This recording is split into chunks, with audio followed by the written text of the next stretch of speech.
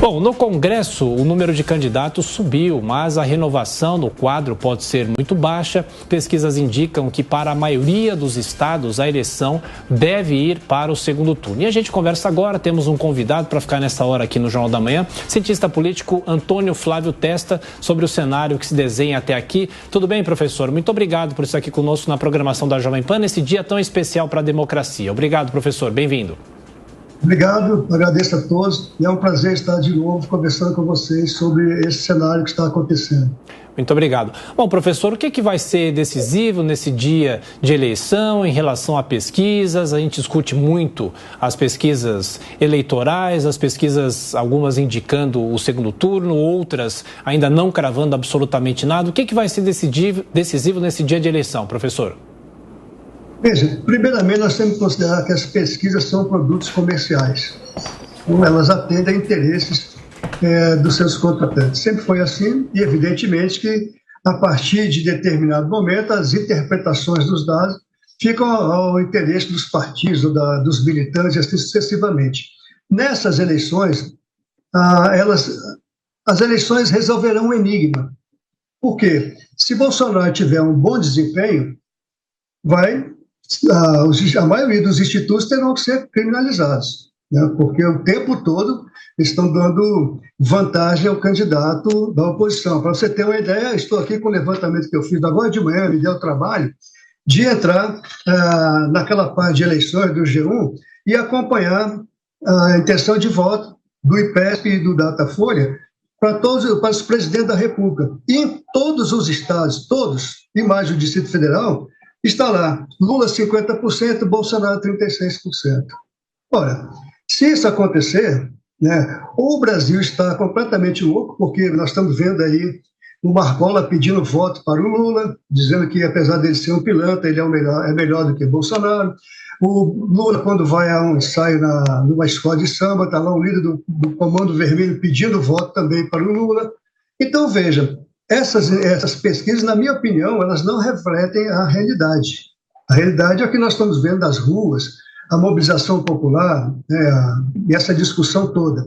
Por isso, eu acho que terão um avanço, sim, a partir da apuração dos resultados, porque as autoridades terão que tomar providências. Ou o Brasil está mais dividido do que nós imaginamos, e isso eu acho uma coisa muito difícil, porque o resultado do governo Bolsonaro não é tão ruim assim, a rejeição que colocam dele também não é tão grande assim, por conta das políticas sociais. Evidentemente, todo governo tem problemas, mas as promessas que o candidato Lula tem feito para a população brasileira é de um retrocesso assustador. Eu assisti agora mesmo, Lula acabando de falar que precisava cuidar do Brasil como se cuida de criança, como cuidar de um irmão, mas ele mesmo abandonou o irmão dele quando era presidente da República. Então, é um cara que fala poucas verdades, ele tergiversa muito, ele desvia o foco, ele tenta iludir o eleitorado e dificilmente as pesquisas vão mostrar essa realidade. Portanto, eu tenho a impressão que o Brasil vai ter uma surpresa muito grande no final desse dia. O professor Antônio Flávio Testa, cientista político, participando dessa programação especial da Jovem Pan.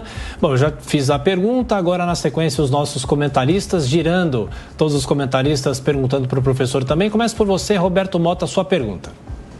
Bom dia, professor. Como o senhor vê o ativismo judicial sendo usado como arma política nessa disputa eleitoral? Mota, bom dia. Eu acredito que a nossa democracia sofre um perigo enorme. Veja, se você coloca juízes, magistrados com mandato vitalício e você tem um poder enorme de interferir no legislativo, eles hoje controlam o legislativo, tem uma interferência decisiva no executivo e passam a legislar e passam a governar o país com mandato vitalício. Enquanto um parlamentar tem 4 anos, outro tem 8 anos, o executivo tem 4 anos, poder ser reeleito. Então, veja, há um descompasso imenso. E a militância judicial, a participação dos magistrados interferindo no desempenho do Congresso é um perigo, porque você vai chegar a um determinado momento em que não vai haver mais democracia, se esse sistema for mantido. Então, eu penso que isso precisa ser revisto, e o momento mais importante é agora no começo do ano, quando vai haver uma renovação bem significativa na Câmara dos Deputados e uma boa parcela no Senado Federal. Mas vai depender, sim, do resultado das eleições para presidente da República, para ver que tipo de coligação de alianças poderão ser feitas no Congresso. Se por um acaso o Lula for reeleito, a coisa vai piorar, né? Porque ele já fez todos os acordos com o Judiciário, ele já fez todos os interesses que já compôs para poder atender aos seus aliados, e o Brasil vai entrar numa crise profunda, porque há um desequilíbrio sistêmico entre a harmonia dos três poderes. Essa que é a minha opinião. Sua pergunta, Amanda Klein. Testa, o presidente Bolsonaro voltou agora há pouco no Rio de Janeiro e, questionado novamente por jornalistas, ele evitou se comprometer com o resultado das urnas, né? Ele virou as costas e disse, eleições limpas, o que vale é o datapovo. Na sua opinião, o que as urnas mostrarem hoje tem que ser respeitado, quer dizer, obviamente que tem que ser respeitado, mas e se não for respeitado pelo presidente Bolsonaro? E se ele questionar o resultado das urnas? Amanda, se tiver algum problema, com certeza tanto o Lula quanto o Bolsonaro vão questionar. E outras instituições. Me surpreende muito a OAB não participar efetivamente desse processo, e a CNI, o CNBB e outras instituições poderosas que sempre interferiram, né, no desempenho e na avaliação do jogo político eleitoral. O presidente Bolsonaro disse que irá respeitar desde que não haja qualquer ilícito. Eu acho que vai ser muito difícil acontecer alguma coisa, porque, como eu disse na outra conversa que eu tive com vocês, o Brasil acordou para a apuração. Pela primeira vez, a população brasileira está, de fato, preocupada com a apuração dos dados. Aquela chamada caixa preta, que havia um fuso horário no Acre, que, na prática, resolveu a eleição da Lula da Dilma contra a Aécio. Isso não vai acontecer. Houve uma unificação do horário, a partir do horário de Brasília. Mas tudo é possível, porque todos os sistemas são vulneráveis. Eu vou dizer uma pergunta para você. Nós temos aí, hoje eu estava lendo uma matéria que tem 156 milhões de eleitores. São 5.570 municípios. Mas tem outros dados que, quando você cruza o eleitorado e a população, com dados do IBGE e do TSE, não combina, não bate, né? A geografia política brasileira era uma, em vez da geografia física. A partir do momento que se criou a biometria, mudou isso. Você impediu que eleitores mudassem de votos. Mas nós temos problemas ainda. Temos municípios lá no Rio Grande do Sul que desde 2002 a mesma população é linear e vem até agora, 2022. Não aumentou a população, que é uma coisa absurda, nem nasceu nem morreu ninguém. Mas o número de eleitores triplicou. Então tem coisas aí que precisam ser mais bem avaliadas. E não vai ser no dia de hoje. Isso aí vai ser discutido, evidentemente, a partir das instituições cumprindo as suas missões. O TSE, na minha opinião, é uma instituição poderosíssima e que tem por missão fazer acontecer as eleições, com base nas regras que são estabelecidas pelo Congresso. Acontece que nem sempre isso é o real. Muitas vezes eles interferem e fazem o jogo deles. Então, não vejo, sinceramente, que haja, nesse momento, né, não começaram as apurações ainda, a menor possibilidade de questionamento, tanto do presidente Bolsonaro quanto do candidato Lula. Temos que esperar, porque o grande canal aí que eu vejo é o problema das pesquisas. As pesquisas induzem, sim, a formação de opinião. E, cada vez mais, também os institutos que erram, perdem credibilidade a ponto de mudar o seu nome. Você vai se lembrar, Amanda, há mais ou menos uns 30 dias, o presidente de um desses institutos disse que a eleição estava resolvida, só faltava o eleitor e colocar o seu voto. Isso é só se ele for um profeta, é uma coisa absurda. O seu próprio instituto teve que mudar de nome porque ele perdeu credibilidade em 2014, 2018, 2020. Então vamos aguardar até o final do dia, mas a minha impressão é que teremos uma eleição pacífica e o brasileiro vai saber o resultado da sua vontade ainda hoje. Professor, agora a pergunta de Cristina Grêmio. Cristina. Bom dia, professor. Eu queria ampliar um pouco essa sua análise aí. O senhor citou algumas entidades, né? CNBB, OAB e algumas outras entidades que, na sua visão, estão se omitindo desse processo de cobrar mais transparência desses institutos de pesquisa aí. E não mencionou uma que me dói muito ter que mencionar aqui, mas é a ABI, Associação Brasileira de Imprensa. E aí eu já trago a questão do jornalismo militante, que eu acho que é um outro fenômeno bastante característico dessa eleição de 2022. Como é que o senhor vê isso influenciando, ou talvez não, o resultado das eleições? Cristina, você se lembrou muito bem. Hoje ainda li o artigo do Buzo dizendo o seguinte: olha, é impressionante como a ABI tem lá no seu portal o slogan Fora Bolsonaro.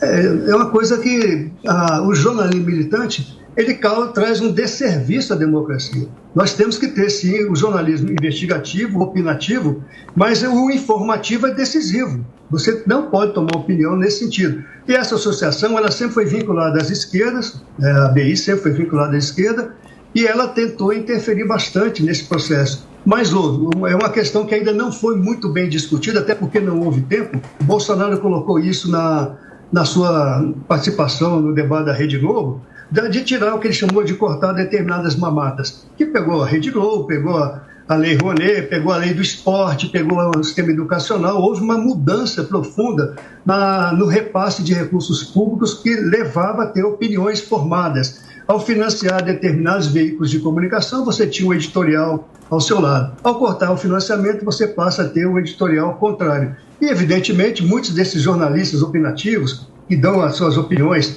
baseadas no financiamento, baseadas em interesses econômicos, sofreram muito. Eu acho que a ABI deveria, sim, nesse momento, que essa eleição, na minha opinião, ela é a mais decisiva para essa metade desse século, por conta da crise internacional, da guerra que está acontecendo, do impacto sobre o Brasil. A gente viu recentemente os americanos lá dando entrevistas dizendo que vão romper as relações com o Brasil se houver qualquer questionamento. A assessor de imprensa do Biden diz que estão acompanhando profundamente o resultado das eleições brasileiras. Ou seja, o Brasil entrou nesse conflito internacional como um agente importantíssimo, por conta do nosso poderio do agronegócio, da biodiversidade, da questão amazônica, de todos os 6 biomas. Recentemente colocaram o semiárido e a caatinga numa discussão ambiental internacional.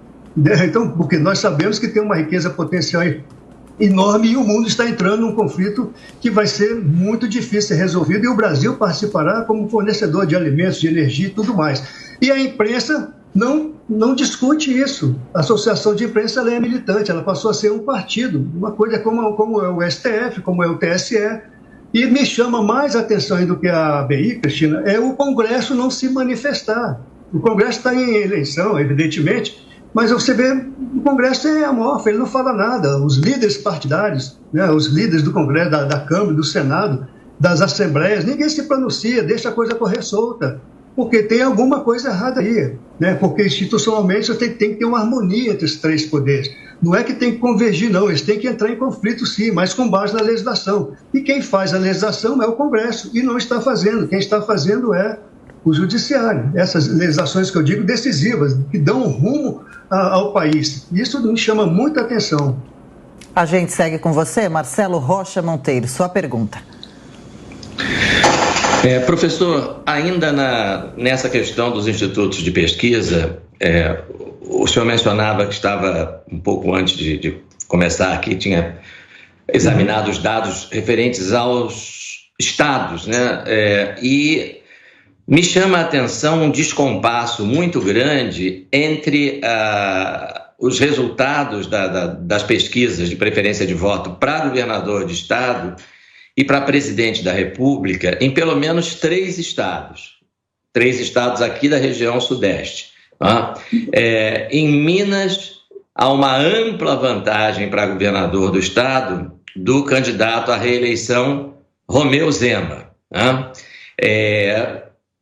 Me parece improvável, né, que um eleitor vote em Romeu Zema para governador e em Lula para presidente da República. Como tendência, né, pode ser que haja um ou outro caso isolado, mas como tendência, aqui no Rio há uma vantagem expressiva do candidato à reeleição, Cláudio Castro, que inclusive é do mesmo partido do presidente Bolsonaro. Né? Então, também acho extremamente improvável que um eleitor carioca ou fluminense vote em Cláudio Castro para governador e em Lula para presidente. Como, por outro lado, acho praticamente impossível que o cidadão aqui do meu estado vote no Freixo para governador e no Bolsonaro para presidente. Só que os números não batem. Né? E, para finalizar, em São Paulo, né, a soma dos candidatos Rodrigo Garcia e Tarcísio, né, também não bate exatamente com os números correspondentes à eleição presidencial. Né? Também acho difícil que um eleitor do Tarcísio ou do Rodrigo vote em Lula para presidente da República, ou que um eleitor do Haddad vote em Bolsonaro. A que o senhor atribui esse descompasso? Será que existe um foco dos institutos na eleição presidencial? Marcelo, de fato há uma manipulação muito grande. Se você pegar os depoimentos do governador Zema, ao longo dos 4 anos que ele governou Minas, aliás, ele recuperou Minas, o PT faliu Minas Gerais, o PT cometeu o crime de falir um dos estados mais ricos do Brasil, arruinou Minas Gerais. E o Zema recuperou, tanto que ele transformou o Palácio do Governo em museu da corrupção, essa coisa toda aí. E ele declarou várias vezes que jamais votaria no presidente corrupto. Ele nunca declarou ostensivamente que apoiava o Bolsonaro, a palavra Bolsonaro, porque Minas também tem um outro lado. Minas é um estado muito complexo, é muito grande, temos muitos municípios, o PT lá ainda é muito forte, mas o mundo evangélico também é poderosíssimo em Minas Gerais, sobretudo no Triângulo Mineiro. E o Zema não pode tomar, como governador, tomar determinados partidos. Vamos pegar a herança de Minas Gerais, 16 anos de Tucano, com a Aécia Anastasia, e depois passa para o PT. Fizeram aquilo que ninguém imaginava que fosse capaz, quebrar Minas Gerais. Muito bem. Vamos para São Paulo. Juntando os votos de Tarcísio com o do Rodrigo Garcia, você vai deixar o Haddad para fora. Não tem a menor chance do Haddad vencer essas eleições no segundo turno. E muito menos de Lula.